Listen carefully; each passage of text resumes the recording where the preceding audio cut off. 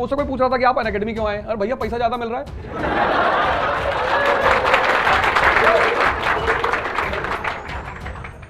जिंदगी में सीधी बात, नो बकवास, इस दुनिया में हर आदमी पैसे के लिए काम करता है, जो नहीं करता वो हिमालय में है। जीवन में गलत कॉन्सेप्ट कभी रखने ही नहीं। तुम अपने जीवन को अपने हिसाब से जियो कि मैं इसलिए कर रहा हूँ, मैं ऐसे कर रहा हूँ, मैं दुनिया बदल दूंगा, तुम कुछ नहीं कर पाओगे। तुम एक ही काम कर सकते हो, खुद को बदल सकते हो, और जो काम तुम कर सकते हो बस वही करो। आपके लिए ऐसी किताब लाऊं जो आपको बहुत पसंद है ये, और मैं आज कहूंगा आपसे कि आप सारे लोग इस किताब को ले जरूर।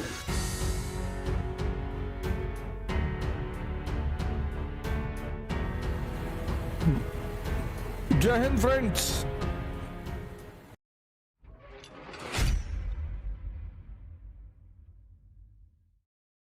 It's beginning of a new inning with Unacademy. पढ़ाएंगे तो है नहीं, जिंदगी में कभी पढ़ाया नहीं, और ना पढ़ाते हुए भी पढ़ाने की फील्ड में। आतिश साहब जो कह रहे थे कि आपने हमें सोचना सिखाया, वो मैंने भी किसी से सीखा।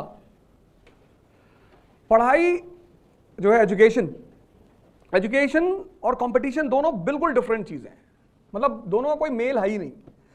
अगर पढ़ाई से लोगों का सिलेक्शन होता तो जितने भी टॉपर्स होते हैं कॉलेज के, स्कूल के, यूनिवर्सिटी के, वो सब कहीं ना कहीं सेलेक्ट हो जाते हैं सारे। ऐसा नहीं है, ऐसा है ही नहीं। तो फिर एजुकेशन करती क्या है? जैसे अभी आतिश सर ने कहा कि मैं आपके लिए एक ऐसी किताब लाया हूं जो आपको बहुत पसंद है ये, और मैं आज कहूंगा आपसे कि आप सारे लोग इस किताब को ले जरूर लें। इग्नाइटेड माइंड्स बाय एपीजे कलाम।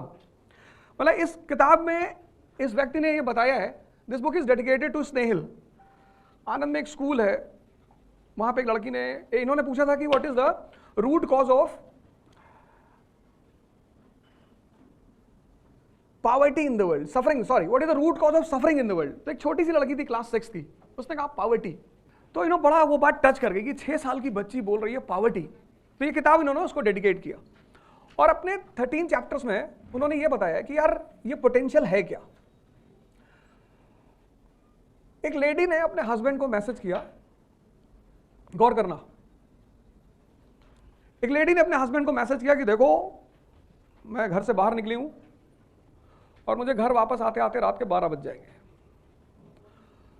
तो तुम खाना बना लेना, बर्तन साफ कर लेना, और बच्चों को खाना खिला के और खुद खा के सो जाना। मैसेज किया। फिर 2 मिनट बाद उसने फिर मैसेज किया कि देखो मैं बाहर आई हूं तो तुम्हारे लिए कुछ लाना चाहती हूं, विस्की ले आऊं या स्कॉच, क्या लेके आऊं? अरे तुम्हारी चॉइस, थोड़ी पूछ रहा है। तो साहब ने तुरंत मैसेज किया कि जॉनी वॉकर ब्लैक लेवल। बोली ठीक है, मैं बस इतना चेक कर रही थी कि तुम मैसेज देख रहे हो कि नहीं, लाना वाना तो कुछ मुझे है नहीं। इसको बोलते हैं कॉमन सेंस। बड़ी प्यारी चीज है दुनिया में, इतनी प्यारी चीज है, मतलब अगर तुम नहीं भी पढ़े लिखे हो, कबीर कहां पढ़े लिखे हैं, पर कबीर के दोहे रिसर्च होती है उन पर, कभी स्कूल ही नहीं गए, पर चीजों को देखा, ऑब्जर्वेशन लेवल इतना हाई है। तुम्हारी एजुकेशन अगर तुम्हारे ऑब्जर्वेशन लेवल को नहीं बढ़ा पाई, और ऑब्जर्वेशन लेवल से क्या जुड़ा हुआ है? Common sense. अब उन्होंने खजूर का पेड़ देखा, दोहा बना दिया, उसकी रेलेवेंसी दिखा दी कि बड़ा हुआ तो क्या हुआ जैसे पेड़ खजूर, पंछी को छाया नहीं, फल लागे अति दूर। कमेंट किया उस रिचनेस पे जो समाज के काम नहीं आ रही है। नहीं किया? कमेंट किया उस रिचनेस पे जो समाज के काम नहीं आ रही है। अब ये आदमी कहने को तो इलिटरेट है, कभी स्कूल नहीं गया, लेकिन इसका माइंड कितना फंक्शनल है। ये होता है common sense, the power of observation, जो चीज तुम्हें देखना सिखाए। हमारे एजुकेशन का मतलब क्या है? परसेंटेज, बस। जबकि जिंदगी में कहीं भी अगर परसेंटेज काम आता होगा तो 2-3 एग्जामिनेशन है इंडिया में, उसमें से एक है एएफएमसी, मिलिट्री का जो मेडिकल एग्जाम होता है, या बहुत सारे कॉलेजेस में तुम्हें परसेंटेज के नाम पे एडमिशन मिल जाती है। लेकिन जिंदगी में जो युद्ध है, जूझना जिसको कहते हैं, जो तुम अब फेस करना शुरू कर चुके होगे, उसमें कहां परसेंटेज काम आता है? उसमें सिर्फ एक ही चीज काम आती है, पर्सनैलिटी।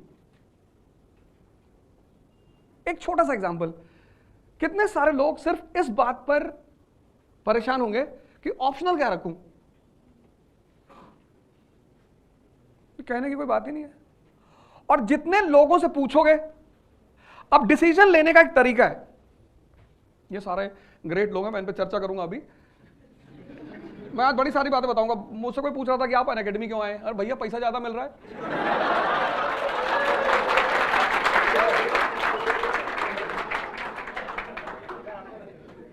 जिंदगी में सीधी बात, नो बकवास। इस दुनिया में हर आदमी पैसे के लिए काम करता है, जो नहीं करता वो हिमालय में है। सिंपल। जिसको भी पैसा नहीं चाहिए वो दिल्ली में होगा ही नहीं। दिल्ली आ सकता है, मुंबई आ सकता है, रहेगा नहीं। मेट्रोज है ये, यहां सांस लेने का पैसा देना पड़ता है। मतलब इतना पोल्यूशन है कि तुम्हें अपने घर में अगर एयर प्यूरिफायर नहीं है ना तो तुम सर्वाइव नहीं कर पाओगे। तो जिन जगहों पे सांस लेने का, अच्छी सांस लेने का पैसा देना पड़ता है, उन जगहों पे तुम ये कहोगे कि मैं पैसा कमाने नहीं आया हूं। एकदम आया हूं। तुम अपने जीवन को अपने हिसाब से जियो, अपनी यूटिलिटी बढ़ाओ। हम जितना ट्रॉल होते हैं उतना शायद ही कोई आदमी ट्रॉल होता हो। और इतना मजा आता है मुझे ट्रॉल होने पे कि बताओ, तुम्हारे पास इतना खाली टाइम है कि तुम हम पे चर्चा करते हो, और जितनी बार मुझे ट्रॉल करते हैं उतनी बार मेरा ग्राफ और ऊपर चला जाता है। भाई बेइज्जती उस आदमी की करो जिसको इज्जत की परवाह हो। जीवन में गलत कॉन्सेप्ट्स कभी रखने ही नहीं है। तो ऐसा नहीं कि एक ऑब्जेक्टिव टर्म है, सब्जेक्टिव, ऐसा नहीं है। तुम किसी भी फील्ड में हो सकते हो। कुछ चीजें तो तुम डिस्कस कह ही नहीं सकते अपने मुंह से कि मैं इसलिए कर रहा हूं, मैं ऐसे कर रहा हूं, मैं दुनिया बदल दूंगा। तुम कुछ ना कर पाओगे। बस सिर्फ तुम एक ही काम कर सकते हो, खुद को बदल सकते हो। और जो काम तुम कर सकते हो बस वही करो, with clear concept of life. Life को उलझाओ बिल्कुल मत। अगर तुमने जिंदगी को उलझाया, जैसे मैं अभी कबीर की बात कर रहा था, कितना नहीं पढ़ा वो आदमी, नहीं गया स्कूल वो आदमी, लेकिन उसका लेवल ऑफ ऑब्जर्वेशन कितना हाई है। फिर मैंने कहा कि तुम डिसीजन लेते होगे ऑप्शनल का। अब डिसीजन की एक बहुत, डिसीजन जो चीज है दुनिया में, उसका एक बड़ा इंपॉर्टेंट पहलू ये है कि जब भी तुम डिसीजन लेने की कोशिश करते हो,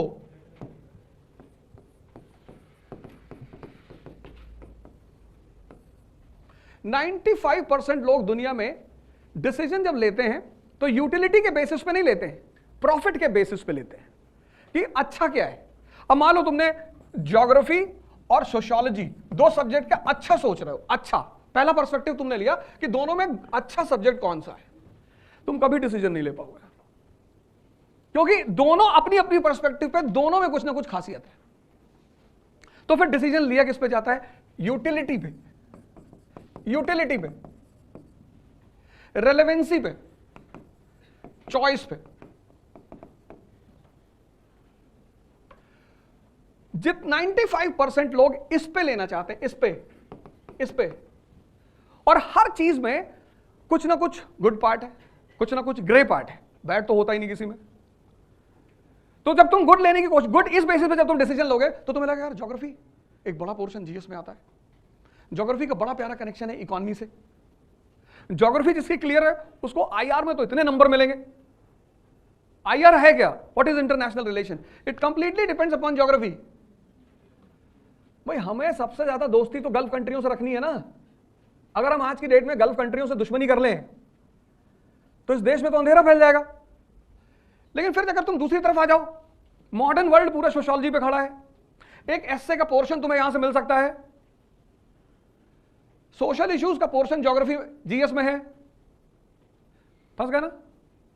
इसलिए जब भी डिसीजन लो, इसी को कबीर ने बड़े प्यार से समझाया, बहुत प्यार से। कबीर ने कहा कि चलती चाकी देख के दिया कबीरा रोए, और दो पाटन के बीच में साबुत बचा न कोई। सबके साथ यही हाल है।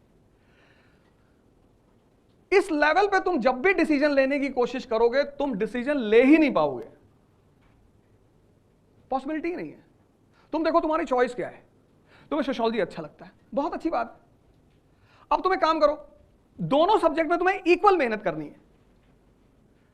ऐसा नहीं कोई सब्जेक्ट तुम ले लोगे तो तुम्हें मेहनत नहीं करनी पड़ेगी, सब में चॉइस अगर है, जहां इंटरेस्ट पैदा हो जाता है वहां पे क्या होता है, इंटरेस्ट एक एडिशनल फैक्टर है किसी सब्जेक्ट को चुनने में। जैसे अगर मुझे 5 किताबें रख दी जाए मेरे सामने, और एक पब्लिक एडमिनिस्ट्रेशन की, एक इकोनॉमी की, एक हिस्ट्री की, एक सोशियोलॉजी की, तो सबसे ज्यादा देर तक मैं जो पढ़ूंगा वो हिस्ट्री की किताब पढ़ूंगा। तो अगर मुझे पहले पिकअप करना होगा तो मैं कौन सी किताब पिकअप करूंगा? हिस्ट्री की। तो जहां तुम्हारा इंटरेस्ट है, बस वो एक एडिशनल फैक्टर तुमको ये दे देगा कि उस सब्जेक्ट को तुम ज्यादा पढ़ोगे। पहला पॉइंट हो गया, जो तुमसे रिलेटेड है, इसके अच्छेपन से रिलेटेड नहीं है, वो तुमसे रिलेटेड है। दूसरा पॉइंट क्या हुआ? अब अच्छा तो है, तुम्हें अच्छा लगता है, लेकिन उस सब्जेक्ट का जो लूप होल है कि इसको पढ़ना कैसे है, इसमें पढ़ना क्या है, इसमें क्वेश्चंस कहां से आते हैं, तो तुम इसमें एक अच्छा सा टीचर देख लो। तो पहला पॉइंट हो गया इंटरेस्ट, और दूसरा पॉइंट हो गया टीचर, उस पर्टिकुलर सब्जेक्ट का। ये क्या करेगा टीचर? ये तुम्हारे 50% जो मेहनत है, for example Gandhi ji 1920 to 1947, ये डायग्राम बना लेना। 1920 टू 48 में उनकी डेथ हो गई, तो 48 क्या कंट्रीब्यूशन है गांधी जी की इंडियन फ्रीडम स्ट्रगल में? क्यों इतना बड़ा नाम दिया जाता है उन्हें?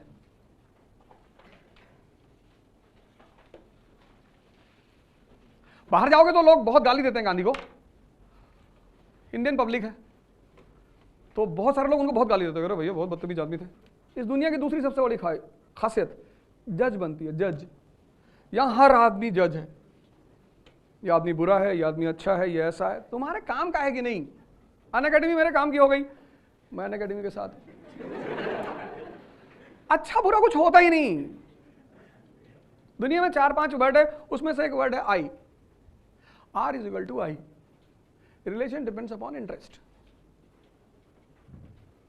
चाइना से कितना मतभेद होता है हमारा, कितना डिस्प्यूट होता है हमारा, लेकिन क्या हम चाइना से अपने सारा ट्रेड बंद कर सकते हैं? आज बंद कर दो चाइना से सारा ट्रेड, कल इंडिया में सिविल वॉर हो जाए। वो तुम्हारे चौराहों पे जो स्प्रे करके ग्लास कारों का शीशा साफ करते हैं ना बच्चे, 100 रुपए में जो बेचते हैं, वो भी मेड इन चाइना है।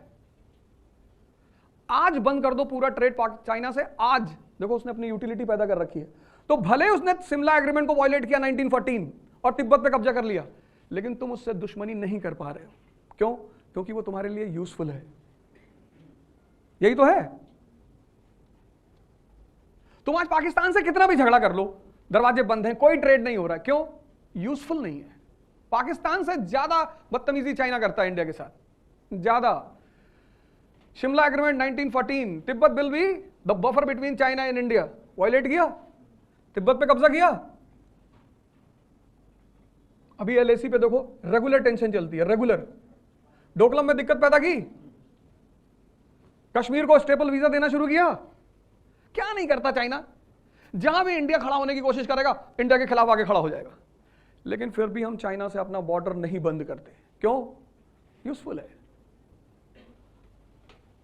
हम बोइंग नहीं बना सकते, खिलौना तो बना सकते हैं ना।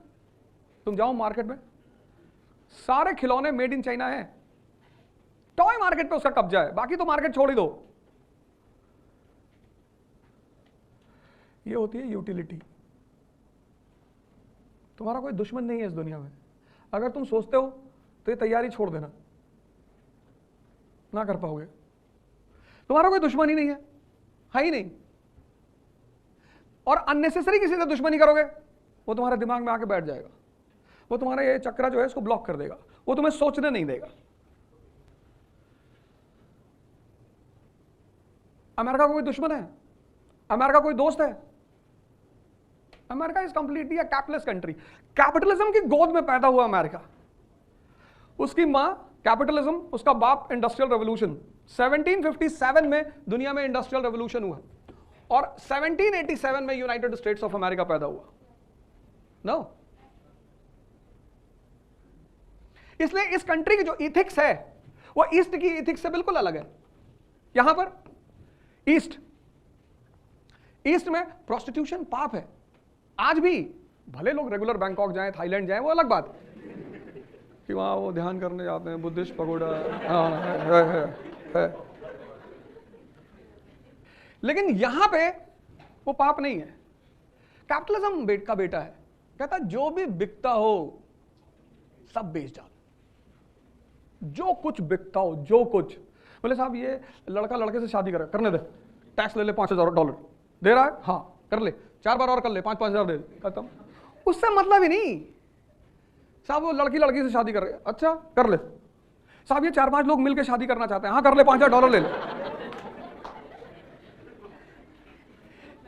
हाँ, इसलिए जब ईस्ट का आदमी यहां आता है ना और यहां की सोसाइटी में पहली बार एंटर करता है और लास वेगास जाता है, बेहोश हो जाता है, अरे मम्मी क्या हो गया। और वहां उसको कुछ और ही पढ़ाया गया है, यहां का कल्चर, यहां का सोसाइटी, यहां की मोरालिटी, यहां की एथिक्स। अभी वो लैंड करता है यूएस में, तो एक बार तो उसे डाउट हो जाता है कि धरती पे है यहाँ। ऐसा कुछ नहीं है, ये कंट्री है कैपिटलिज्म की, ये कंट्री है इंडस्ट्रियल रेवोल्यूशन की, और आज जो पूरी दुनिया में खेल चल रहा है वो इन 4 लोगों के बीच चल रहा है। एक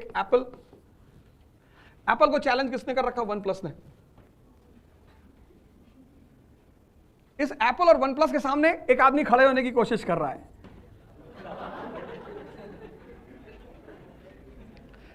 एप्पल, OnePlus, लावा, एक चौथी कंट्री है, उसने इस फील्ड में कुछ किया ही नहीं, वो लावा बॉम्ब बनाती है। कहती तुम लोग तो बना ही रहे हो, हम उसी में बॉम्ब लगा के ब्लास्ट करा देंगे। पाकिस्तान।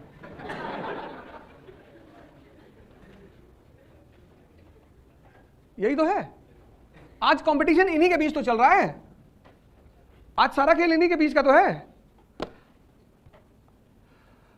तो अब इस तैयारी का जो मतलब है प्रिपरेशन, बिना पढ़े तो तुम दे ही नहीं सकते, लेकिन सिर्फ पढ़ने से कुछ होगा ही नहीं।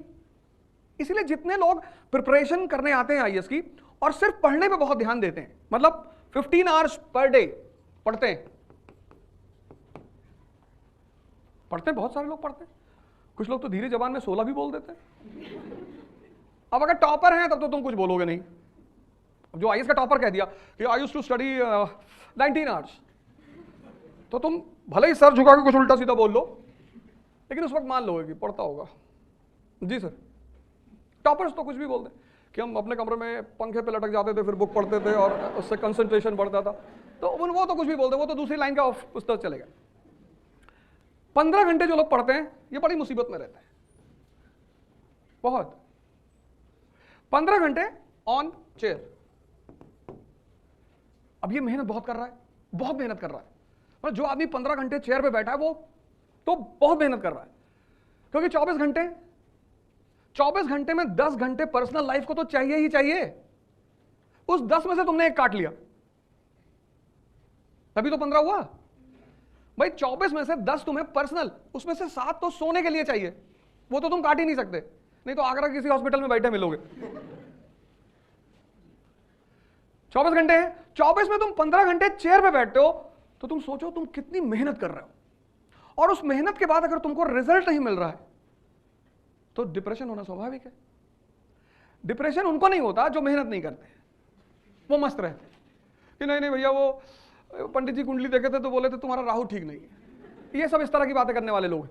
लेकिन जो मेहनत करते हैं, क्योंकि समाज क्या मानता है? रिजल्ट। वो तुम्हारे मेहनत को नहीं देखता, तुम 15 पढ़ते थे, 16 पढ़ते थे, तुम क्या कर, वो सिर्फ रिजल्ट देखता है।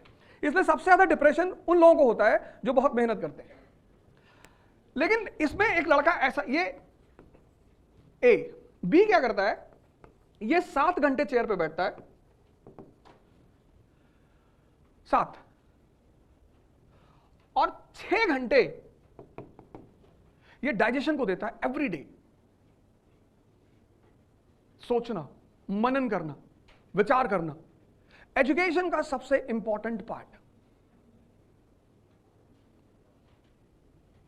तो ये इस 15 वाले से कितने घंटे कम पड़ रहा है? 7 और 6, 13, 2 घंटे कम पड़ रहा है। लेकिन इसका सिलेक्शन होगा, ये बी का सिलेक्शन होगा, और ये देखने में क्या लगेगा कि ये कम पड़ता है। बहुत सारे लोग होते हैं जो कहते हैं भैया अरे हम जानते हैं जो 7th रैंक आई है जिसकी, मेरा ही रूम पार्टनर था, 5 ही 6 घंटे बैठ के पढ़ता था। तो तुमने उसका बैठने वाली टाइमिंग देखी? वो जो सोचने वाली टाइमिंग है,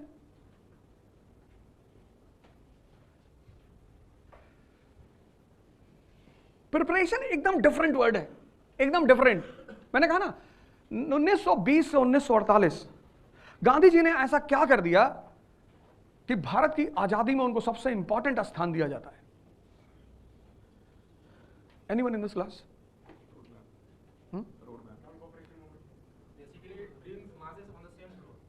कैसे? इंटरेक्शन करो, बोलो जरूर, शांति से मत बैठो कि प्रवचन सुनने आए। यस यस,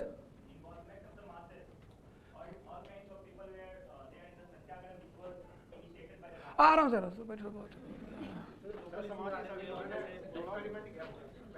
इधर से कौन बोले? हाँ चलो खड़े हो जाओ। ये तो तुम नॉन कोऑपरेशन की बात कर रहे हो, ये तो तुम नॉन कोऑपरेशन की बात कर रहे हो, कहीं पढ़े वढ़े हो कायदे से। इनकैश किया, देखो एक मिनट,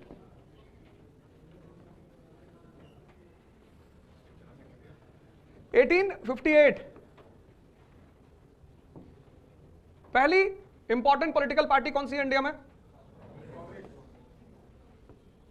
66 पहली पार्टी है ईस्ट इंडिया एसोसिएशन।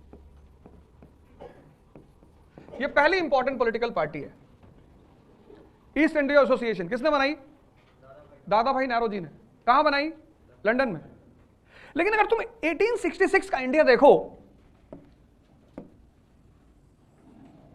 गौर से सुनना कि पढ़ना, प्रिपरेशन किसको कहते हैं? What is preparation? अरे यार 1866 का India 90% illiterate, 90% suffering from poverty, and there is nothing called India. कुछ इंडिया जैसा है? नहीं है, ही नहीं। There is nothing called India, India जैसा कुछ है ही नहीं। अब देखो बैकग्राउंड देखो और फिर इस पॉलिटिकल पार्टी को देखो। अब सोचो तुम कि इंडिया जैसा कुछ है ही नहीं, 90% लोग इलिटरेट हैं और 90% लोग पॉवर्टी से सफर कर रहे हैं, तो उनकी इमीडिएट जरूरत क्या है? रोटी कपड़ा।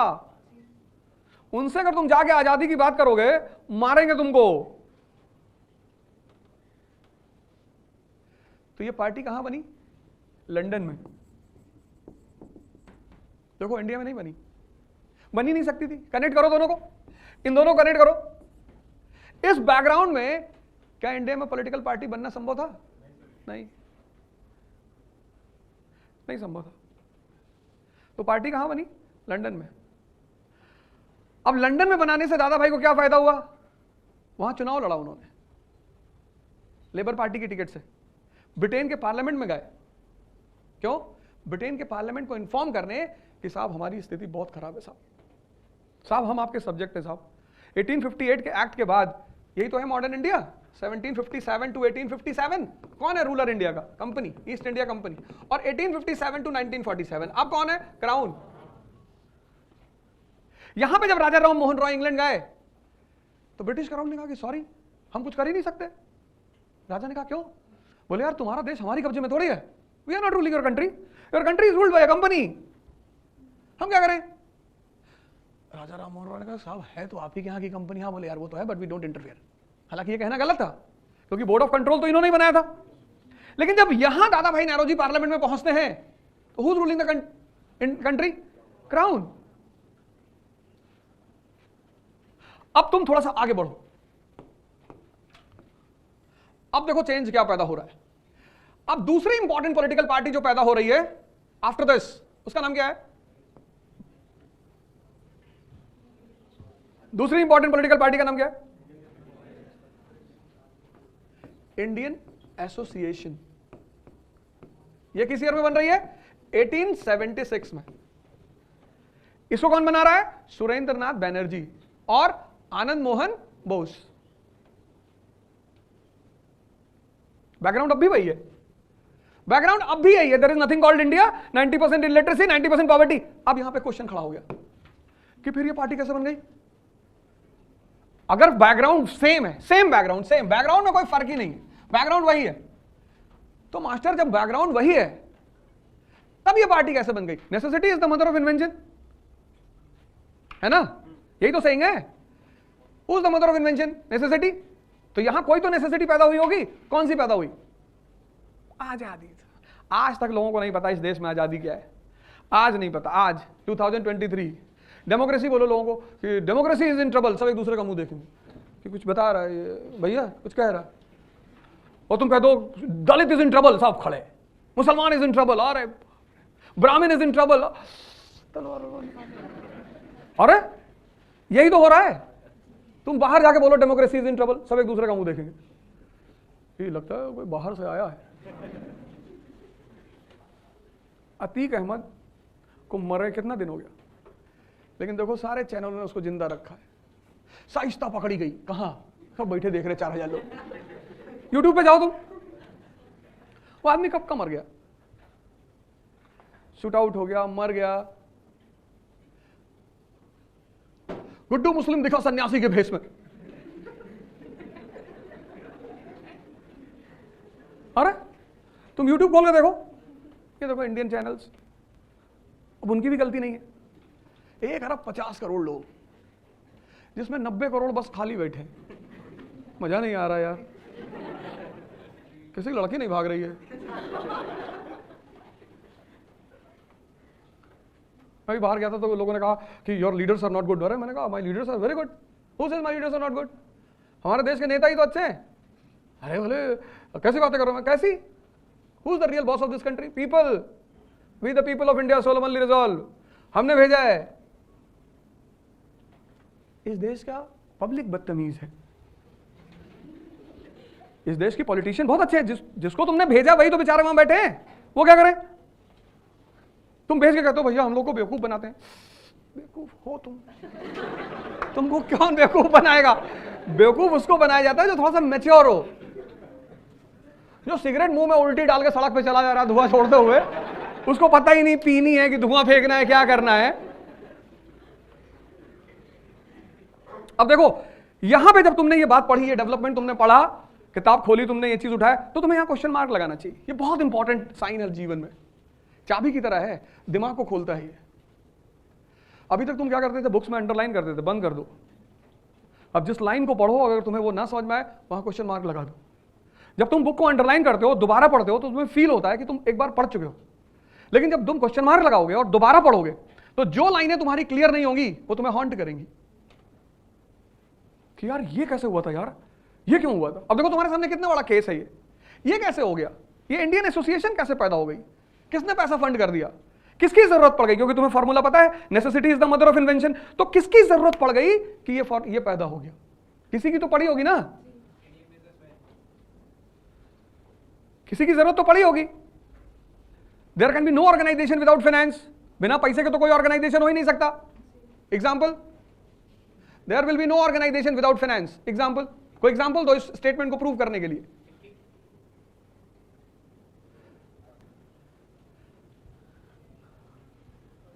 ट्राई करो यार, कोई बात नहीं, इतना टेंशन क्यों लेके बैठे हो, स्ट्रेस छोड़ दो जिंदगी में, क्योंकि सब मोह माया है।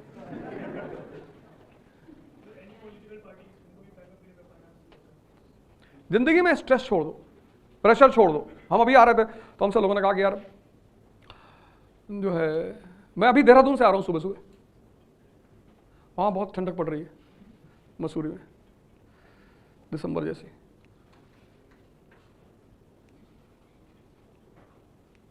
बोले हैना किट भी जा रहे हो, हाँ क्यों,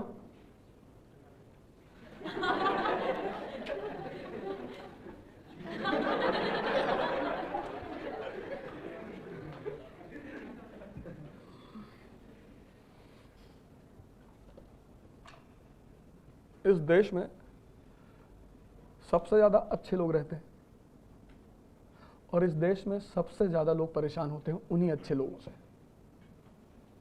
सबसे ज्यादा इसी देश में लोग कहते हैं भैया हमें झूठे लोग पसंद नहीं है, हम भैया कभी झूठ नहीं बोलते। तब जिंदा क्यों हो, बोलो, सच बोलना कोई आर्ट ही नहीं है। सूरज चमकता है, इट्स अ ट्रुथ, उसमें कौन सा आर्ट है। सूरज अवधोजा की मंत्र शक्ति से चमकता है, इसको अगर तुम सिद्ध कर ले जाओ और लोग आके तुम्हारा पैर पकड़े कि भैया आप मंत्र मत बंद करो,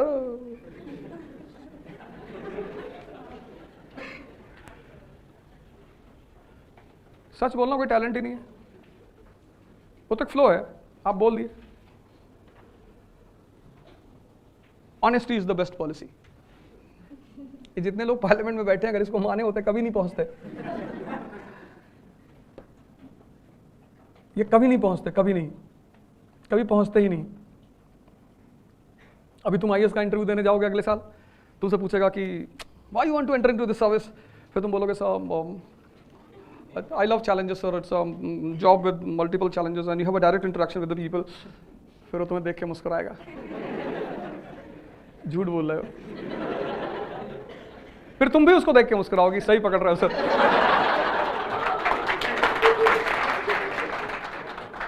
और फिर तुम्हें इतना नंबर मिलेगा इंटरव्यू में।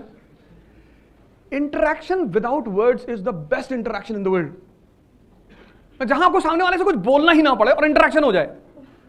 जहां तुम ज्यादा बोलो, कुछ लड़के आते नहीं कहते भैया मैं तो 40 minutes I have explained everything. कौन बोला था? कौन बोला एक्सप्लेन करने के लिए? उनको एक मैच्योर माइंड चाहिए, मैच्योर, कि बस इशारा किया और वो समझ गया। कोरोना फैल रहा है, स्टिल कोरोना राइजिंग। तुम सर्वेंट किसके बनने जा रहे हो? इंडियन गवर्नमेंट के। गवर्नमेंट में है कौन? Indian leaders. लीडर्स कल तुम पॉलिसी मेकर्स हो जाओगे, फिर उनको अगर तुमने ये कह दिया honesty is the best policy,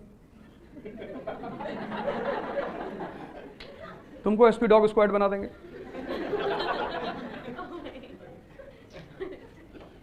मैं थोड़ी कह रहा हूं, ऐसा रविश कुमार जी कहते हैं, मैं ये सब नहीं कहता हूं।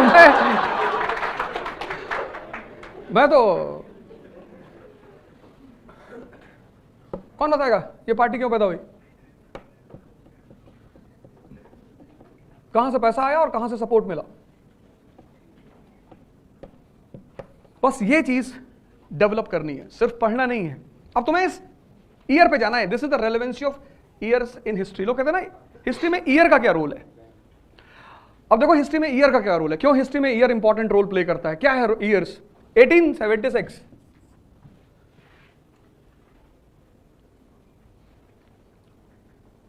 अब इस ईयर के आसपास कुछ ऐसा घट रहा होगा जहां से नेसेसिटी पैदा हुई होगी।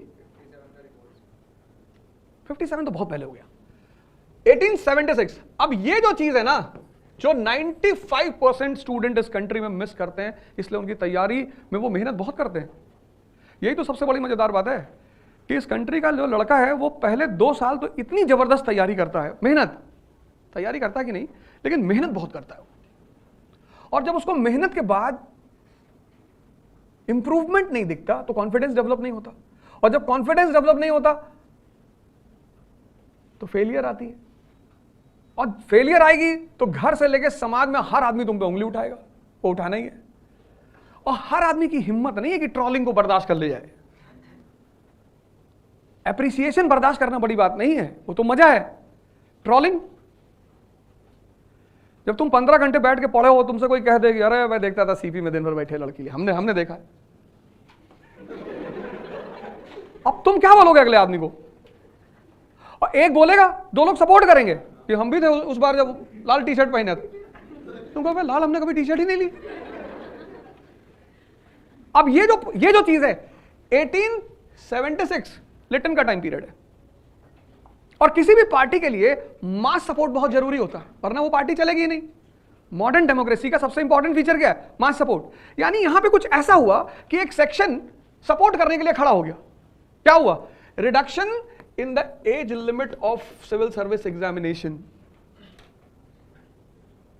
लिटन एज लिमिट रिड्यूस की ना, उससे किसके इंटरेस्ट पे अटैक हुआ? एजुकेटेड मिडिल क्लास के। तो वो एजुकेटेड मिडिल क्लास अब सरकार के खिलाफ खड़ा होने की स्थिति में है। मास सपोर्ट मिल गया, मास सपोर्ट मिल गया। What is the requirement for the birth of a party? Finance and mass support. 2 ही चीज तो चाहिए, एक पैसा चाहिए, एक मास सपोर्ट चाहिए। मास सपोर्ट मिल गया। ये reduction in the age limit of civil services, किसका इंटरेस्ट थाम हुआ? एजुकेटेड मिडिल क्लास का। वो सीधे खड़ा हो जाएगा कि हाँ भैया हमारे साथ गलत हो रहा है। 19 साल में कौन सा लड़का आईएएस देगा, वो भी 1870s के एज में। पैसा कहां से आ रहा है? Lytton reduces import duty to the minimum level. Lytton reduces import duty to the minimum level. 1850s is a time period for Indian Industrial Revolution. 1850s is the beginning of Indian Industrial Revolution. First cotton mill, Mumbai. Indian industries पैदा हो रही हैं, उन industries को क्या चाहिए? Protection. किससे? Government से। गवर्नमेंट क्या कर रही है? इंपोर्ट ड्यूटी रिड्यूस कर रही है। क्या होगा?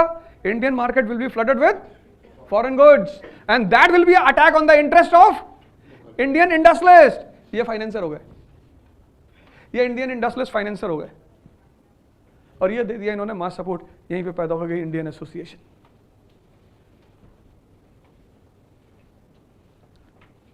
बात समझ में आई? ये मिसिंग है तुम्हारी पढ़ाई में। तुम कितना भी पढ़ो, कितना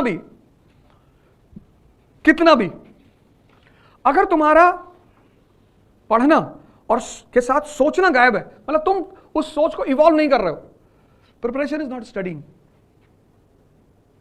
एक सिंपल लाइन ये है कि preparation is not studying. Then what is preparation? क्योंकि अगर तुम पढ़ नहीं रहे हो तो प्रिपरेशन तो तुमसे होगी ही नहीं, वो तो मैंडेटरी है पढ़ना। तो प्रिपरेशन क्या है? Preparation is the development of evolution of thought process. Not clear? नहीं बात क्लियर हुई? ये जो थॉट प्रोसेस है ना, ये तुम्हें डेवलप कर रहा है। अब देखो थोड़ा सा आगे बढ़े, 1885 में पहुंचे, अब यहां बन गई कांग्रेस। अब इस जो एवोल्यूशन है, ये जो एवोल्यूशन है, अब तुमसे जब वो क्लास 12 की एनसीईआरटी से क्वेश्चन पूछेगा तो तुमसे पूछेगा कि the policies of Lytton were responsible for the birth of Indian association, explain. Direct question है, एनसीईआरटी में आंसर लिखा हुआ, तुम लिख दोगे। यूपीएससी तुमसे सिविल सर्विस कैसे क्वेश्चन पूछेगी कि the birth of INC was the outcome of regular events after 1858। Do you agree with this statement? अब ये डायरेक्ट क्वेश्चन नहीं है। दोनों क्वेश्चन में कितना फर्क है? अब तुम देखो, एक क्वेश्चन तुमसे उसने पूछा कि the policies of Lytton were responsible for the birth of Indian association, explain. Direct question है ना, सीधा क्वेश्चन है, कुछ सोचना ही नहीं। इसको बोलते हैं स्कूल लेवल ऑफ एजुकेशन।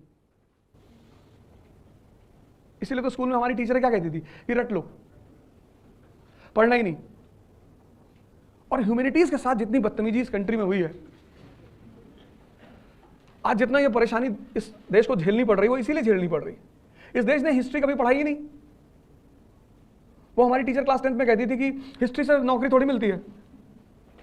ये बात सही थी, हिस्ट्री पढ़ के लोग राजा बनते हैं, नौकरी तो नहीं मिलती। ये बात तो सही है, क्योंकि हिस्ट्री सारा खुराफात सिखाती है, बेईमानी।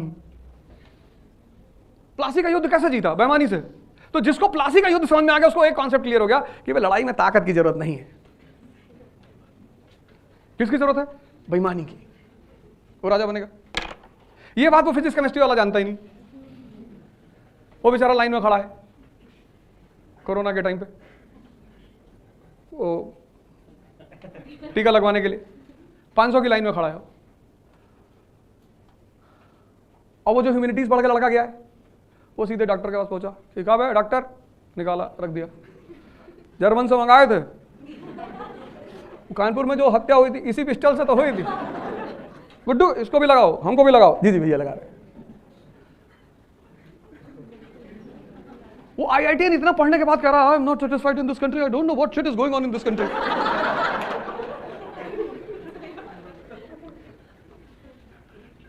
फिर अगर उसको मौका मिल गया, वो फ्लाई कर गया अमेरिका, अपना बच्चा लिया, बच्चे का पीछे बाल किया,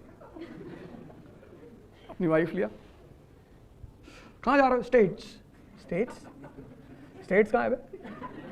यूनाइटेड स्टेट्स। अच्छा यूनाइटेड स्टेट्स जा रहे हो, वहां रहते हो? कहाँ काम करते हो? गूगल में।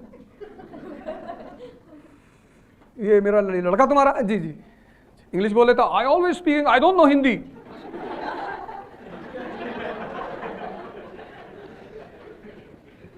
मेरे कई सारे फ्रेंड्स उधर रहते हैं, तो जब इंडिया आते तो हमसे कहते हैं कि यार तुम सही कहते थे, हिस्ट्री पढ़नी चाहिए थी, क्योंकि जीतोगे तभी जब तुम प्लासी को समझोगे।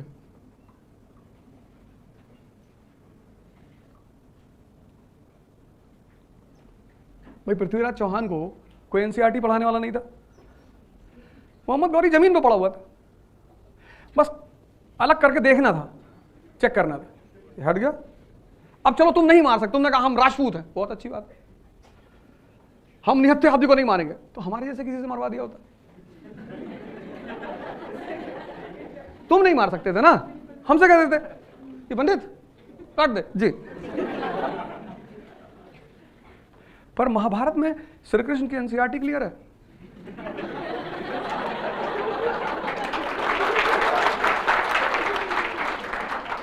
वो कौन का पहिया फंसता है, वो उतरता है अपना पहिया निकालने के लिए, अर्जुन बैठ जाता है रथ पे पीछे, कृष्ण देखते पलट के क्या है, कह रहा बना ले तब तक निकालेगा। बोले बेटा निकालेगा तब ना मार पाओगे, अभी मारो।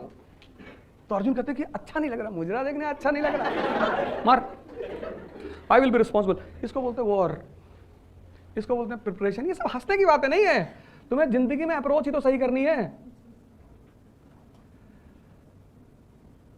कुछ बिगड़ा थोड़ी तुम्हारी जिंदगी में। इस क्लास में मैक्सिमम उम्र किसी की होगी तो 25 साल होगी मैक्सिमम, चलो 26 हो सकती है, मान लो 30 भी है, मान लो, तो भी कुछ नहीं बिगड़ा,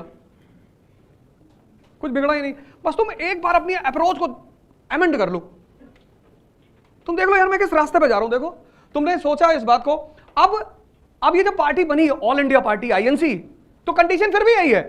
मजेदार बात ये देखो, कंडीशन फिर भी यही है, there is nothing called India, 90% illiteracy, 90% poverty. अब इस बैकग्राउंड में गोपाल कृष्ण गोखले आते हैं, पहला कैरेक्टर कांग्रेस में, and he speaks against the government. That becomes surprise for the people. 1901 Edward law budget पेश करता है लेजिस्लेचर में, 60 करोड़ का budget, profitable budget, profitable. Legislature को ताली बजाना चाहिए था कि बजट प्रॉफिट में। Edward law, finance member of executive council, budget पेश करता है एडवर्ड लॉ, कहता प्रॉफिट 7 करोड़ 1901। अब आज की डेट में अगर इंडियन गवर्नमेंट बजट पेश करे प्रॉफिट में, तो government will get the upload कि यार बड़ी बात है, यार ये तो बड़ी अच्छी बात है, गवर्नमेंट ने पॉजिटिव बजट पेश किया। लेकिन उस पॉजिटिव बजट में गोपाल कृष्ण गोखले खड़े हो रहे हैं, उसको अपोज कर रहे हैं, क्रिटिसाइज कर रहे हैं। गवर्नमेंट ने कहा क्यों? बोला this country is suffering from famine, और तुम बजट के प्रॉफिट का जश्न मना रहे हो। लोग भूखे मर रहे हैं, लोग एक दूसरे को मार कर खा रहे हैं।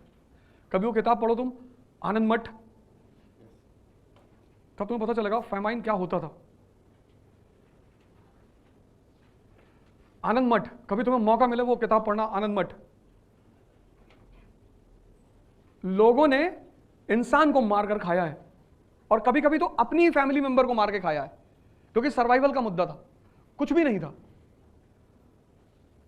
वे पेड़ खा लिए, पौधे खा लिए, जो जानवर थे वो खा लिए, फिर भी इंसान के अंदर तो खुद को बचाना है ना लास्ट लिमिट तक किसी भी तरह।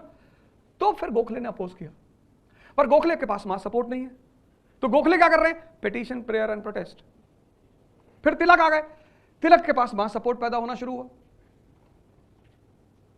और फिर तीसरा कैरेक्टर गांधी, और वो गांधी इस कंडीशन में जहां मास को बुलाना पॉसिबल नहीं था, वो ले आता मास को, आओ द पाइड पाइपर। तब अंग्रेजों को आश्चर्य हुआ कि यार कैसे यार,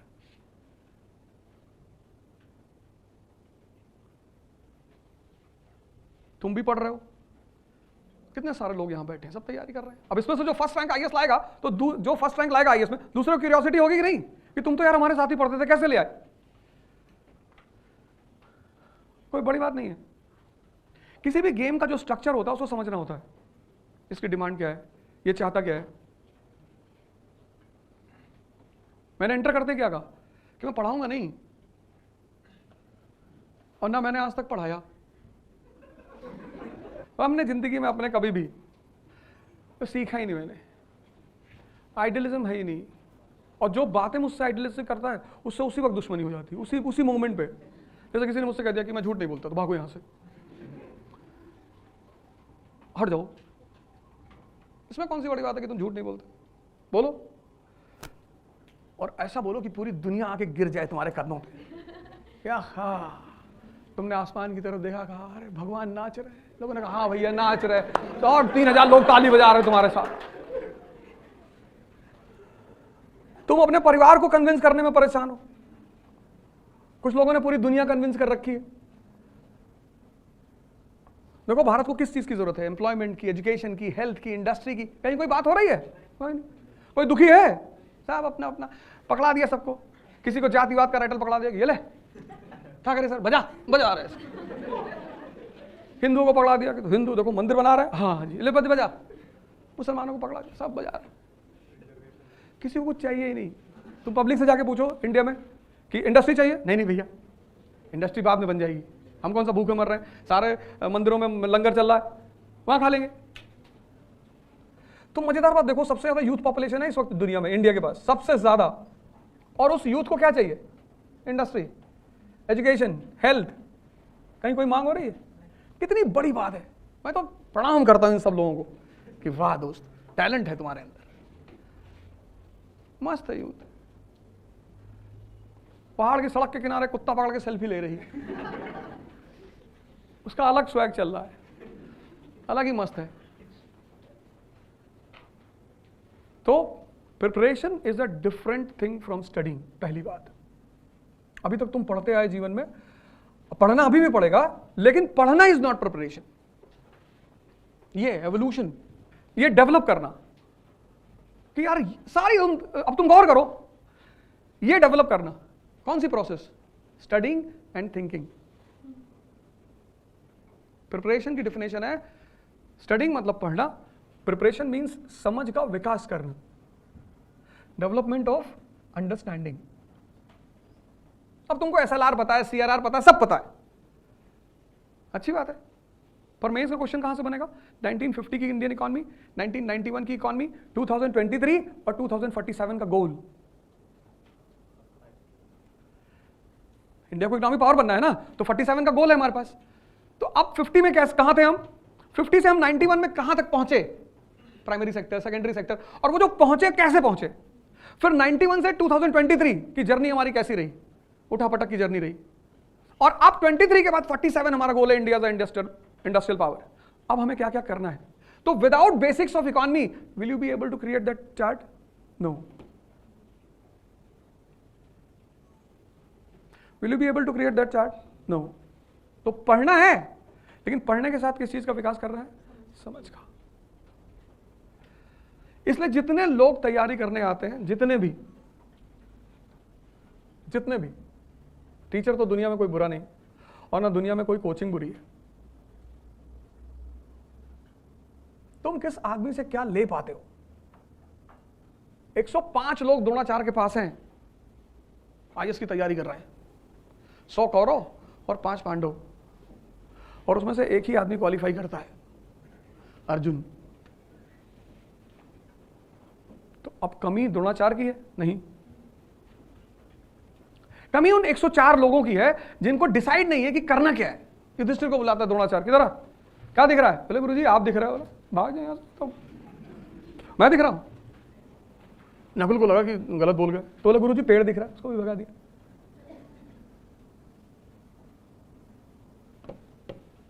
जब तुम्हारा देखो, तुम लोगों में से कितने लोगों जो पिछले 6 महीने से तैयारी कर रहे हो? अब बताओगे नहीं डर के मारे?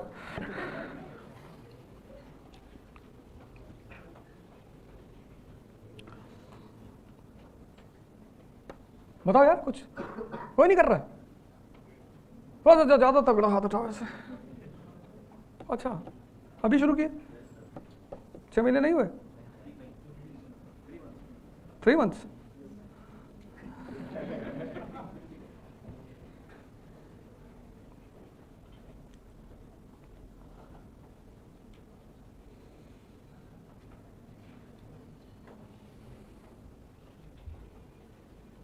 यूक्रेन की नेबरिंग कंट्रीज बताओ, यूक्रेन की नेबरिंग कंट्रीज। अब तुम ये नहीं कह सकते कि मुझे पता ही नहीं यूक्रेन क्या है। अगर तीसरा वर्ल्ड वॉर शुरू हुआ तो उसमें सबसे बड़ा रोल यूक्रेन का होगा। सबसे फेमस रिवर बताओ यूक्रेन की? Russia river. जेलेंस्की किस पार्टी से है? उसकी पार्टी का क्या नाम है? जो लीडर है यूक्रेन का जेलेंस्की, उसकी पार्टी का क्या नाम है? देखो तुम्हारी निगाह अपने गोल पे नहीं है। यही तो है युधिष्ठिर। ये दूसरा पॉइंट, युधिष्ठिर वो कोई महाभारत वाला नहीं, यहां वो हारेगा जिसकी नजर अपने गोल पर नहीं है। उसको कोई नहीं जीता सकता, वो दिल्ली में कोचिंग करे, लंदन में करे, मार्स पे करे, कहीं भी करे, क्योंकि सबसे पहली प्रायोरिटी ये है कि उसका नजर अपने गोल पर होनी ही चाहिए। चलो तुम्हें नहीं पता वॉर क्यों हो रहा है, पर यूक्रेन तो डेली न्यूज में है, हर दिन यूक्रेन न्यूज में, every day, and the world is on the verge of third world war because of Ukraine. अगर गलती से चाइना ने ताइवान पे हमला कर दिया जैसा कि पुतिन चाहते हैं, तो उसके बाद फिर कुछ बचेगा नहीं।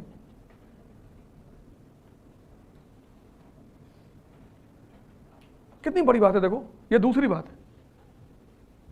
आईएएस बनने के लिए सबसे बड़ी बात यह है कि तुम्हारा न्यूज़पेपर पर कमांड पैदा हो जाए, क्योंकि न्यूज़पेपर का मतलब क्या होता है? Newspaper means mirror. डेमोक्रेसी में जो जान है डेमोक्रेसी की, वो है न्यूज़पेपर। इंडियन डेमोक्रेसी ट्रबल में क्यों है? क्योंकि इंडियन प्रेस वीक है। यहां का आदमी जो है वो सिर्फ न्यूज़पेपर पढ़ता है जब वो आईएएस की तैयारी करता है, जबकि जिस कंट्री में डेमोक्रेसी है उस कंट्री में न्यूज़पेपर कंपलसरी है। भाई तुम्हारे ये जो नौकर हैं जो पार्लियामेंट में बैठे हैं, ये तुम्हारे नौकर ही तो हैं, रिप्रेजेंटेटिव है, तुम्हारे टैक्स से सैलरी लेते हैं। तो ये जो तुम्हारे रिप्रेजेंटेटिव हैं, जब ये तुम्हारा कोई काम करेंगे तो तुम्हें बताएंगे ना। भाई तुमने अपने रिप्रेजेंटेटिव को किसी काम के लिए भेजा, तो जब वो तुम्हें कोई काम वहां करेगा, तुम्हारा काम, तो तुमको ब्रीफ तो करेगा ना कि सर ये कर लिया, सर ऐसा कर लिया, सर वैसा कर लिया। तो जब पार्लियामेंट कोई काम करती है, पॉलिसी बनाती है, तो तुमको बताएगी, because who is the king? The people of India. तो किसके थ्रू बताएगी? प्रेस। और तुम्हारे जैसे लोग जो आईएएस की तैयारी करने आते हैं, वो 2 साल यही पूछते रहते हैं कि न्यूज़पेपर कैसे पढ़े, पढ़ना ही नहीं, जला दो, बड़ा सा गिलास लो, दूध डालो, मिलाओ, पी जाओ, तुम्हारे खून में बहेगा न्यूज़पेपर। तुमको पूछना चाहिए कि न्यूज़पेपर कैसे पढ़ें। बिना न्यूज़पेपर के डेमोक्रेसी कभी सक्सेसफुल हो ही नहीं सकती। तुम्हारे रिप्रेजेंटेटिव्स को तुम तक सारा ब्रीफ करने का रास्ता क्या है? न्यूज़पेपर। बजट आया, बजट आया। अब कितने लोगों ने तुम्हारे सामने इस देश में बजट पे चर्चा की? जितनी अतीक पे चर्चा चल रही है, इतनी चर्चा कहीं बजट पे हुई? नहीं हुई। पहली बार एग्रीकल्चर में 2 नए डेवलपमेंट्स हुए। कौन कौन से बताओ? पहली बार एग्रीकल्चर में 2 नए डेवलपमेंट्स हुए, 2 बिल्कुल नए डेवलपमेंट्स। श्री अन्न की बात नहीं कर रहे हैं। सोचो, तुम अपनी कंडीशन देखो, बाहर को तो छोड़ दो, जाने दो। 2 काम अगर कोई आदमी कर ले, एनसीईआरटी पर कब्जा और न्यूज़पेपर पे, ऐसा हो ही नहीं सकता कि उसका सिलेक्शन ना हो।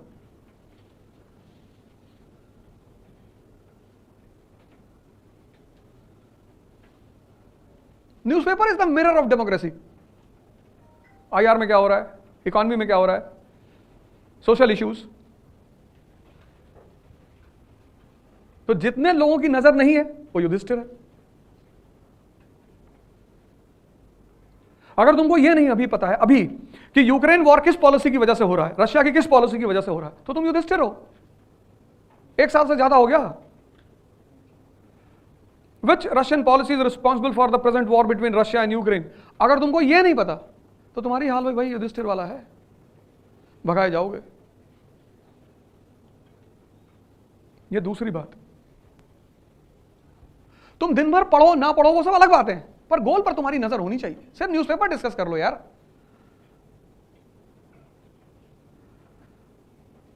युधिष्ठिर कौन है? जिसकी अपनी गोल पे नजर ही नहीं है ही नहीं। तो जिसका अपने गोल पे नजर नहीं है उसको तुम जबरदस्ती जिता दोगे? ये दूसरी बात। इस प्रिपरेशन में 90% लोग युधिष्ठिर की तरह काम करते हैं, उनका अपनी गोल पे नजर ही नहीं है ही नहीं। पहली बात, प्रिपरेशन मतलब वो पढ़ाई समझते हैं, पढ़ाई है ही नहीं, एवोल्यूशन है वो, ये है प्रिपरेशन। पर पढ़कर ही होती है, ये सच है। दूसरी चीज कि तुम्हें अपने गोल पे नजर रखनी ही पड़ेगी। कोचिंग की क्या रोल है? तीसरा पॉइंट, लास्ट पॉइंट, कि कोचिंग का क्या रोल है, कोचिंग क्यों करनी चाहिए। और कहां करनी चाहिए, कहां तो तुम्हारी चॉइस है, पैसा तुम्हारा है, मर्जी है आपकी, आखिर सर है आपका।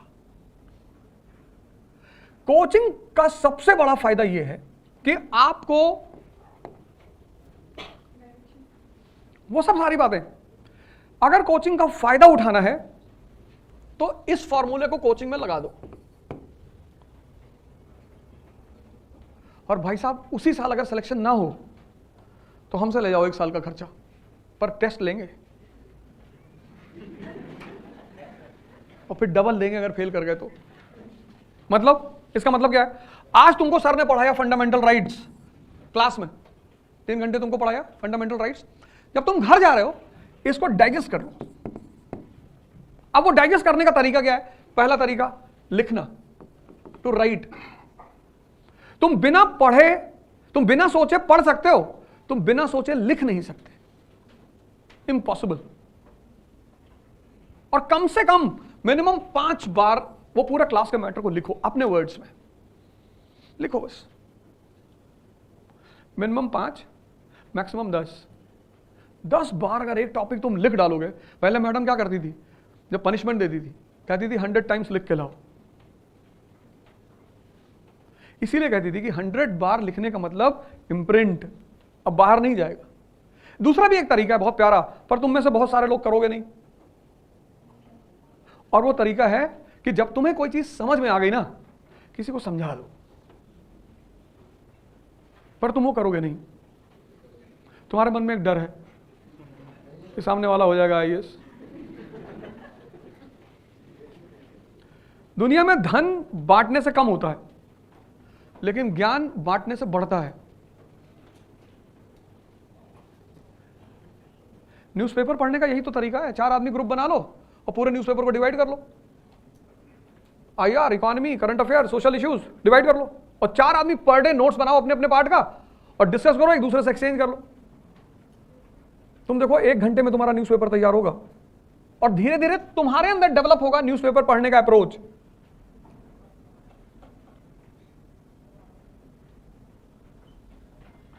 पहली बात लिखो, और करना ही क्या है, ये इतना सही समय है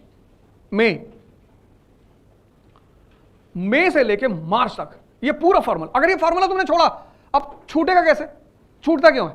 एक्चुअली जिस मास में तुम रहते हो सबकी मेंटल स्थिति इतनी स्ट्रांग नहीं होती। महत्वाकांक्षा जो है ना, ambition is a game of strong minds. इसलिए तुम जितनी भीड़ देख रहे हो ना, ये सब तो जीतेंगे नहीं, वो है ही नहीं, वो तो अरिस्टोक्रेसी में इज 2%। और इंडिया में जितना परसेंटेज पे ध्यान देते हैं, पर्सनालिटी पे देते ही नहीं। और जिंदगी में मैंने कहा काम क्या आती, पर्सनालिटी। अब तुम्हारा मन स्ट्रांग है, तुमको 10 घंटा पढ़ना है, पढ़ रहे हो, और नहीं है तो 15 मिनट में उठा देगा तुमको। अब तुम राजेंद्र नगर मार्केट में पहुंचे और तुमसे किसी ने पूछा ऑप्शनल, तुमने कहा ज्योग्राफी। ज्योग्राफी, ये बबलू का तो 4 attempt, geography very bad subject.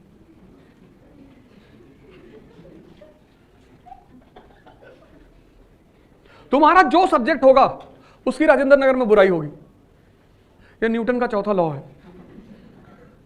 यहां कुछ मध्येशियाई टहलते हैं, सेंट्रल एशियंस, उनको एक समय के बाद पता चल जाता है कि हमारा तो नहीं होगा, तो उनको लगता है कि हम अकेले क्यों जाएं। जब कोरोना फैल रहा था तो जब एक को हो रहा था तो दूसरे का वो वेट कर रहा था कि कम से कम कंपनी तो मिलेगी। जब आदमी बर्बाद होते थे, जूस आदमी अकेले पिएगा, शराब नहीं पिएगा। शराब जब भी पिएगा किसी को बुलाएगा, वो फोन करेगा, भाई कहाँ है, नोएडा में। अरे यार चाचा आए थे श्रीनगर से 2 बॉटल लेके, और तुमने कह दिया कि अरे मैं तो आ जाता लेकिन कैब का पैसा नहीं। अरे मैं दे रहा हूं, भाई दे रहा तेरा। बर्बादी का एक नियम है, कोई आदमी अकेले मिटना नहीं चाहता, इसलिए स्विमिंग जब तुम्हें सिखाई जाएगी तो उसमें एक तुम्हें लॉ सिखाया जाएगा कि जब भी कोई आदमी डूब रहा हो तो उससे करीब मत जाना। अगर तुम्हें बचाने का मन कर रहा है, अगर नहीं कर रहा तो तुम बैठ के देखो डूबता कैसे आदमी और मरता कैसे। लेकिन मान लो तुम्हें बचाने का मन कर रहा है तो तुम तुरंत अपना कपड़ा निकालो और उसकी तरफ फेंको। अगर वो उसे नहीं पकड़ रहा है, इसका मतलब वो तुम्हें भी मारना चाहता है। फिर उसको खींच लो, कपड़ा पहन लो और किनारे बैठो और राधे राधे करो। यही तो हो रहा है। यहां सब आदमी एक दूसरे को डूबने से बचा रहे हैं। My girlfriend is not talking to me, एक ही है।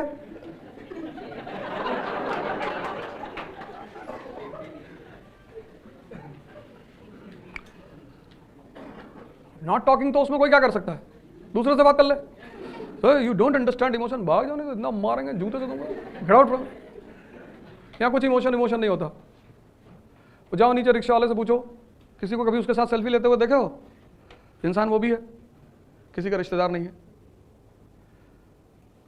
जब भी तुम्हें जीवन में कंफ्यूजन पैदा हो जाए, रिक्शा वाले को देखना आके खड़े हो गए, इसको कोई गुड मॉर्निंग नहीं कहता, ये लाके तुम्हें छोड़ेगा कोचिंग के पास, तुम इसको थैंक यू नहीं। हम सब यही करते हैं। हम तुम्हारी बात नहीं कर रहा हूं, मैं अपनी बात कर रहा हूं। अभी करोल बाग का डीसीपी तुमको अपनी गाड़ी में लिफ्ट देते, 40 बार थैंक यू बोलोगे, thank you sir, so great of you sir, you give us lift sir, very good sir. रिश्तेदार वो भी नहीं है तुम्हारा।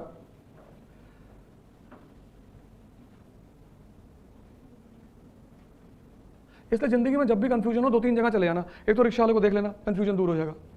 एक किसी गवर्नमेंट हॉस्पिटल के इमरजेंसी वार्ड में चले जाना, वहां अगर तुम सर्वाइव कर गए 5 मिनट, वो तो मुश्किल है थोड़ा सा, हो सकता है तुम्हें दौरा और आ जाए, 2 डेड बॉडी पड़ी है, किसी का सर कटा हुआ उधर लेटा हुआ है, वहां कोई देखने वाला ही नहीं होता। गवर्नमेंट हॉस्पिटल्स में आमतौर पर इतने कहां पे हैं एम्प्लॉइज, इतने सारे केसेस हो रहे हैं, उतने लोग हैं नहीं। एक तो इमरजेंसी वार्ड चले जाना गवर्नमेंट हॉस्पिटल के, और एक और जगह है, और वह है जनरल कंपार्टमेंट ट्रेन का। और 3-4 ट्रेन का नाम मैं बता देता हूं, उसमें एक पुरुषोत्तम है। उसमें अगर तुम जनरल कंपार्टमेंट में बैठ गए किसी तरह से, पहले तो इम्पॉसिबल है, पर एक चुनौती है बैठना। अगर तुम बैठ गए और दिल्ली से सिर्फ अलीगढ़ तक चले गए जिंदा, तो 100 की सीटिंग होती है और 700-800 लोग होते हैं, और 3-4 हाथ होता है, 2 पैर होते हैं, उसमें से एक सर निकल रहा होता है। एक आदमी गुटखा खाया हुआ बगल वाले की जेब में थूक दिया उसने, बाहर जा ही नहीं सकते, तो चांस ही नहीं है ना, बाहर कैसे निकलेगा। तो अगर तुम एंटर कर गए उसमें, पहले तो कर ही नहीं पाओगे, लेकिन अगर कर गए और तुम अलीगढ़ तक पहुंच गए, तो तुम्हारा उसी साल सिलेक्शन हो जाएगा। मतलब कोई तुम्हें रोक ही नहीं सकता। ये सब ऐसी चीजें जो तुम जैसे मोटिवेशन ढूंढते हो ना, पहले आप तो जरूरत ही नहीं, क्योंकि जिनके अंदर सेल्फ मोटिवेशन का मतलब होता है कि इनर फायर, वो तुम किसी से ले नहीं सकते, वो या तो तुम्हारे अंदर है या तुम्हें डेवलप करना पड़ेगा। और डेवलप करने का सबसे अच्छा तरीका है कि तुम्हारी बेइज्जती हो जाए, जिससे तुम बहुत डरते हो। चाणक्य, गांधी, अंबेडकर, इन सब की बेइज्जती तो हुई, बेइज्जती हुई तो एक जज्बा पैदा हो गया कि करेंगे। तो मोटिवेशन तुम किसी से बोरो नहीं। Motivation is for working class, labourers, मजदूरों के लिए होता है, राजाओं के लिए नहीं होता। King is always self motivated. वो उसको तुम मोदी जी किसको सुनते रहोगे, तब तो 1970s में कुछ था ही नहीं, एक अंदर से आग थी। और भारत जैसे देश में 2 बार लगातार प्रधानमंत्री बनना, from a common background, common, मतलब उनकी इस अचीवमेंट पे मैं फिदा हूं। He may fail as a prime minister in future, हो सकता है आगे इतिहास लिखा जाए तो लिखा जाए कि एज अ प्राइम मिनिस्टर वो नहीं सक्सीड कर पाए, पर एज अ इंडिविजुअल उनका कोई टक्कर नहीं। कितनी हिम्मत रही होगी। India is a country of dynastic democracy, बाप के बाद बेटा, एंड पीपल एक्सेप्ट। ऐसा नहीं कि पीपल अपोज। तुम महाराष्ट्र देख लो, कश्मीर देख लो, तमिलनाडु देख लो, यूपी देख लो, बिहार देख लो, पंजाब देख लो, India is a country of dynastic democracy. यहां डेमोक्रेसी है लेकिन डायनेस्टिक है, फादर के बाद बेटा और बेटी। उस डायनेस्टिक डेमोक्रेसी में एक आदमी एक कॉमन फैमिली से आता है, और उससे पहले कभी दिल्ली आया ही नहीं, मतलब MP, member of parliament, direct prime minister, direct first term prime minister रहा वो आदमी। लोगों ने कहा कि फेल, 2019 फिर बन गया। अब लोग कह रहे हैं अब की बार 400 के पार। पता नहीं, इंडियन पब्लिक है, वो तो कुछ भी कर सकती है। तो वो तो खैर उसकी चॉइस है, उसमें तुम कुछ नहीं कर सकते। पब्लिक जिसको वोट देना चाहे, आप उसमें कुछ नहीं कर सकते, वो उसकी चॉइस है, किसी को भी देना चाहे, किसी को भी। कल दाऊद इब्राहिम को बुला ले कि we want you as a prime minister, तुम कुछ नहीं कर सकते। यही तो है डेमोक्रेसी कि भैया हमारी चॉइस है, हम चुनेंगे अपना नेता। ये 3 काम तुम्हारे लिए इंपॉर्टेंट है। पहला, प्रिपरेशन इज नॉट स्टडिंग, वो तो मैंडेटरी है। Preparation is evolution of thought process. Second, Yudhishthir मत बनो, 24 घंटे अपने गोल पे नजर रखो। और तीसरा, ये काम कर डालो, किसी की मत सुनो। तुम बाहर जाओगे, तुमको लगेगा कि यार मैं कितना स्लो चल रहा हूं, चलोगे ही। अब इसका फायदा पता क्या है? इसका फायदा ये है, कोचिंग का सबसे बड़ा फायदा, कि जो सिलेबस होता है 50% पे तुम टॉप करते हो ना। 80 से 90% सिलेबस हर कोचिंग क्लास में तैयार कराती है, हर कोचिंग। तो 3 आवर्स के स्लैब में जब कोचिंग खत्म होगी जिस दिन, उस दिन तुम्हें कुछ भी पढ़ना नहीं होगा, सिर्फ रिवीजन करना होगा। 3 घंटे क्लास, 3 घंटे होमवर्क, 6 घंटे हो गए। और 2 घंटे तुम न्यूज़पेपर को रख लो, 8 बहुत है, बहुत है, बहुत। ये दोनों पेट है। अगर तुम 4 रोटी खाते हो तो किसी दिन तुम उसको मैक्सिमम 8 कर सकते हो, 18 नहीं कर पाओगे। ऐसे अगर तुम अब तक 1 घंटे पढ़ते हुए आए हो और तुमने 1 घंटे से जंप लगा के 10 घंटा पढ़ना शुरू किया, तो सिर्फ 10 दिन ही पढ़ पाओगे, उसके बाद खत्म। स्लो मूव करो। जैसे तुम ऐसे देखो, learning is a slow process. जब तुम पहले दिन वॉक करते हो तो तुम 2 किलोमीटर मैक्सिमम करोगे। बहुत अच्छी कंपनी साथ में चल रही तो 3 कर ले जाओगे, 4 कर ले जाओगे, उससे ज्यादा नहीं कर पाओगे। लेकिन ठीक 1 महीने बाद तुम 20 किलोमीटर की वॉकिंग कर रहे होगे, तो एनर्जी तो तुम्हारे अंदर थी, उसको तुमने ग्रो किया। और 1 दिन में अगर तुम 20 किलोमीटर चल गए तो फिर 15 दिन आईसीयू में रहोगे। कुछ लोग की आदत होती है ना, वो पहले दिन सारा काम कर लेना चाहते हैं। हमारे दोस्त हैं तो बाबा रामदेव को सुन रहे थे, तो बाबा बता रहे थे kapalbhati increases shining and stamina, power, strength, Vitality. तो उनको लगा कि यार ये तो बड़ा जबरदस्त चीज है। पहले दिन कर लिए 2 घंटा कपालभाति, किडनी पलट गई। स्लो, पैनिक होने की जरूरत नहीं है, भागने की जरूरत नहीं है, आराम से। Learning is a slow process. तुमने बहुत चीजें जीवन में सीखी, साइकिलिंग सीखा, धीरे धीरे सीखा। जो भी तुमने सीखा सब धीरे धीरे सीखा। तो जब तुम यहां आए हो तो तेजी से सीख लोगे? नहीं कर पाओगे। वेट, थोड़ा सा रुको, घबराओ मत, पैनिक मत हो, दूसरे की मत सुनो।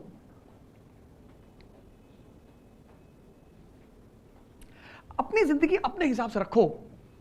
तुमको क्या पहनना है, क्या खाना है, कैसे घूमना है, ये सब तुम्हारी चॉइस होनी चाहिए।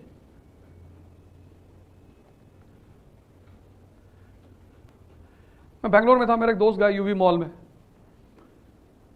बोले बर्बरी की शर्ट्स लेंगे। ले लो, कहे आप भी ले लो। हमने कहा हम तो नहीं लेंगे, हम तो यही पहनेंगे 2-3 हज़ार की।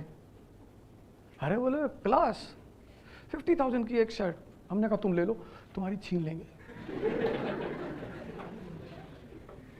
हमेशा बदमाशी की बात करते हो, बदतमीजी। मैंने कहा नहीं, शक्ति की बात करते हैं। तुम्हारा देखने का नजरिया गलत है। 50,000 की शर्ट पहन के तुमको कोई पहचानता है? गांधी जी लंगोट पहन के लंदन चले गया, पूरा लंदन पीछे भाग रहा था, नंगा आदमी नंगा आदमी, भैया हम भी देख लेंगे। ये सब बजाज टाटा वाटा जाते थे, कोई इनको देखने वाला नहीं होता। टाई वाई लगा, इंग्लिश बोलते हो आप, उसको मैं लास्ट डे, ये पूछने वाला नहीं था इनको। कद बढ़ाओ, कद। तुम गलत डायरेक्शन में काम कर रहे हो।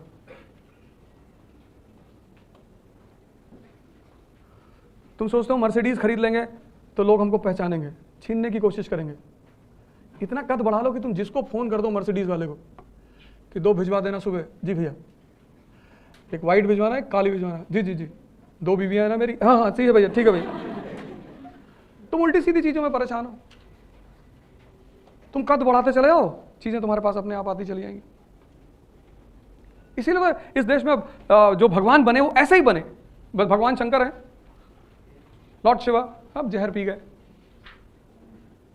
यहां 1 गिलास दूध दे दो ओरिजिनल गांव वाला, तुरंत डायरिया हो जाए। ताकत देखो उस आदमी की, सांप लटकाए हुए हैं। अब उनकी बीवी उनसे इंप्रेस नहीं रहेगी तो कौन रहेगा? मैगी खा रहे हो। कोरोना जो है उसने किसको परेशान किया? मैगी पेशेंट को। मैगी मैं खाए, मैगी खाए, एलमेंट का साबुन लगा रहा है, एलमेंट का तेल लगा रहा है, एलमेंट का क्रीम लगा रहे हैं और खा रहे हैं गुटखा। अब इनको, अगर इनको कोरोना नहीं होगा अरे इनको कोरोना नहीं मारेगा तो किसको मारेगा? वो हो गया, कुछ अंदर है ही नहीं, ब्लड में बह रहा है, ब्लड में गुटखाई तो बह रहा है, दिलबाग दिलबाग दिलबाग। वो रिपोर्ट आई ब्लड की, रिपोर्ट में लिखा है दिलबाग। बोले ये कौन सा ब्लड ग्रुप है भैया?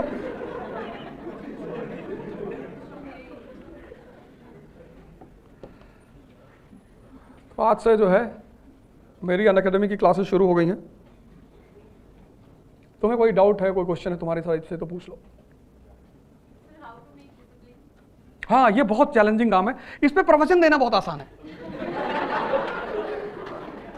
इस क्वेश्चन को प्रवचन देना बहुत आसान है, इस पे बोलना बहुत आसान है, इसको फॉलो करना बहुत मुश्किल है। तो मैंने क्या किया, मैंने अब मुझसे लड़के ने कहा कि सर आप इतनी बड़ी बड़ी बातें करते हो, तो 2 कांड किए मैंने। एक कांड मैंने किया जब मैंने साइकिल यात्रा की लखनऊ से दिल्ली 2019 के आसपास, 19 या 20 में। एक अटेम्प्ट बढ़वाने की मांग की थी यूपीएससी में। साइकिल चलाया था लखनऊ से दिल्ली तक 700 किलोमीटर, 15 लोग मेरे साथ थे, 15। उस 15 में कोई भी आईएएस की तैयारी नहीं करता था। उसमें 4 गुजर थे दादरी से, गांव पड़ता चिठाड़ा। तो मैंने उनसे कहा साइकिल चलाना, बोले चलाएंगे भैया। तो सोचे कहीं जाना होगा 10-20 किलोमीटर। हमने कहा दिल्ली से, लखनऊ से दिल्ली आना है। तो बोले कम है, कन्याकुमारी चलो भैया। और हमें ऐसे ही आदमी की तलाश थी। अरे मैंने कहा बस बस बस, बस हो गया काम, बाकी को तो घसीट लेंगे। तो फिर एक वो काम किया। दूसरा, फिर मैंने एक कोर्स शुरू किया जो सुबह 5 बजे मैं पढ़ाता हूं। अब सुबह 5 बजे क्लास लेने के लिए आपको 4 बजे उठना पड़ेगा। जिसने डिसिप्लिन लाइफ में पैदा कर ली, डिसिप्लिन मत किंग, सर्वेंट और किंग में बस एक फर्क है, नौकरी वो करते हैं जिनको दूसरे डिसिप्लिन रखते हैं। राजा कौन है? जो खुद से डिसिप्लिन है, 7 बजे ऑफिस पहुंच गया। नौकर को डर है कि मालिक आ गया होगा। डिसिप्लिन तुम किसी से सीख नहीं सकते, वो इंस्टिंक्ट है, वो एक रॉयल इंस्टिंक्ट है। डिसिप्लिन सबके अंदर होती ही नहीं। नौकरी कौन करता है? देखो 2 चीजें होती है, एक प्रोफेशन, एक job. Lawyer is a profession. Profession हर आदमी नहीं कर सकता, क्योंकि प्रोफेशन में सक्सेसफुल होने के लिए तुम्हारे अंदर कुछ चीजें होनी ही चाहिए। उसमें से एक चीज है डिसिप्लिन, हार्ड वर्क। लॉयर देखो, सारा काम लॉयर का पढ़ने पे टिका हुआ है। लॉयर एक ऐसा प्रोफेशन है जिसमें आदमी ये नहीं कह सकता कि मैं नहीं, उसको मरते दम तक पढ़ना है, इसलिए हर आदमी लॉयर नहीं हो सकता। डॉक्टर वैसा ही प्रोफेशन है। तो तुम्हें अगर डिसिप्लिन में थोड़ी सी भी दिक्कत आ रही है, मैं इस मुद्दे को फिर किसी दिन डिस्कस करूंगा, तो तुम एक काम करो, ध्यान शुरू करो। ध्यान मतलब अपने मन को देखना। यही तो तुम्हें बेवकूफ बना रहा है। ये आज मैंने इस मुद्दे को जानबूझ के छोड़ दिया था। ध्यान भारत की सबसे बड़ी चीज। तुमको घूमना हो तैयार है, पार्टी करना है तैयार है। तुम देखो कुछ चीज में हमेशा तैयार है। तुम इसे को पढ़ना है, कहेगा कल, मना नहीं करेगा, कहेगा कल, कल आज बारिश हो रही है। अब ये नहीं कहेगा कि बारिश हो रही तो आज 18 घंटा पढ़ेंगे, नहीं नहीं, आज बारिश हो रही है। बारिश होने की वजह से चिकन बना लेगा 4 घंटा, बारिश होने पे दारू पी लेगा, पार्टी कर लेगा, कहेगा वो बाहर राइडिंग कराए, लेकिन बारिश होने पे ये नहीं कहेगा कि आज बारिश हो रही है, आज 18 घंटा पढ़ेंगे। तुम देखो जितनी पॉजिटिव बातें तुम्हारी जिंदगी को बनाती है ना, उसको ये टालता है। योगा शुरू करना है कल। Tomorrow is the best weapon for mind to befool human being. उस टुमारो से तुम्हें बचना है और अपने ऊपर ध्यान देना है। एक फ्लाइट है देहरादून से दिल्ली के लिए, वो 8 बजे है सुबह, और देहरादून का जो एयरपोर्ट है वो शहर से बहुत बाहर है,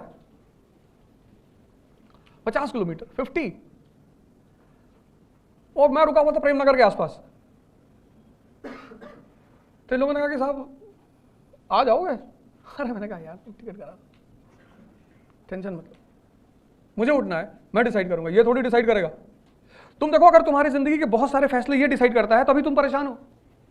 तुम डिसाइड करो ना, तुम्हें कितने बजे उठा है, तुम्हें कितने घंटे पढ़ना है, तुम्हें किसके साथ रहना है, तुम डिसाइड करोगे। दूसरा क्यों डिसाइड करेगा? ये डिसाइड करता है, ये तुम्हारी बात को काट देता है। और सपने बहुत बड़े बड़े दिखाता है। सपने तो तुमको ये इतने बड़े बड़े दिखाएगा कि ये कर डाले, वो कर डाले। जब करने का बारी आएगी फिर कहेगा अरे आईएएस बनना कोई, मोदी जी आईएएस थोड़ी हुए थे। पर इस मुद्दे पे मैं किसी अच्छा मुद्दा है और बड़ा मुद्दा है, तो किसी और दिन इस पर डिस्कस करेंगे। आज हम लोग का टाइम भी हो गया।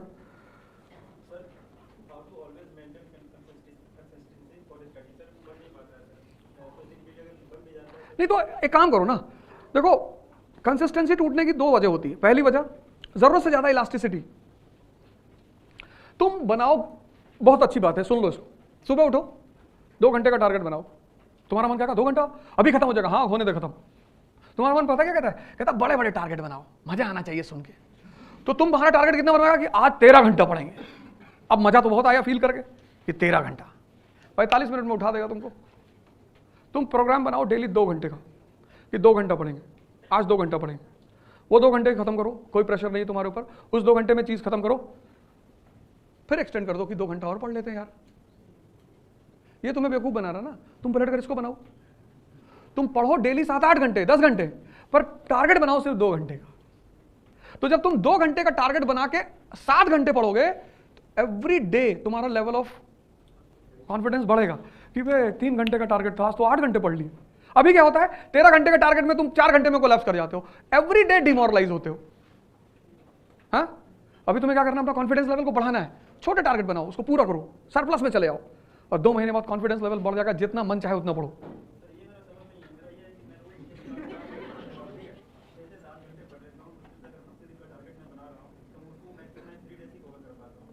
तुम प्यार कर लो किसी से, और प्यार में धोखा मिलता ही है, वो नेचुरल फिनोमिना है। और इतनी आग तुम्हारे अंदर लग जाएगी कि तुम कंसिस्टेंसी पे ही चलो। देखो देखो मैं तुम्हारा सुनो मेरे, ये कुछ चीजें ऐसी होती हैं, मैं बताऊं, कुछ चीजें ऐसी होती हैं जिसमें तुम बाहर से कुछ भी नहीं ले सकते। बाहर की जो दवाई होगी वो हमेशा अच्छी तो लगेगी, सुनने में काम नहीं आएगी। इसलिए तुम्हारी चैलेंज है ये, तुम इसका सॉल्यूशन निकालो। कुछ दवाइयां ऐसी हैं जो सुनने में बहुत अच्छी हैं, डिसिप्लिन उनमें से एक है। जैसे इसने पूछा ना डिसिप्लिन कैसे मेंटेन, मैंने क्या कहा पहला लाइन, कि इस पे प्रवचन देने में बड़ा अच्छा लगता है।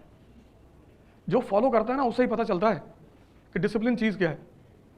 इसलिए पहली लाइन मैंने यही बोली कि यार बहुत अच्छा क्वेश्चन तुमने पूछा, प्रवचन वाला क्वेश्चन है। कुछ क्वेश्चंस ऐसे हैं जिनके जवाब सुनकर तुम्हें अच्छा बहुत लगेगा, पर तुम अपनी दवा इवॉल्व करोगे तो तुम्हें सूट करेगी। तुम्हारा चैलेंज है, तुम ही सॉल्यूशन निकालो कि क्या करना है। चलो ठीक है, फिर अगली क्लास में मुलाकात होती है। Thank you.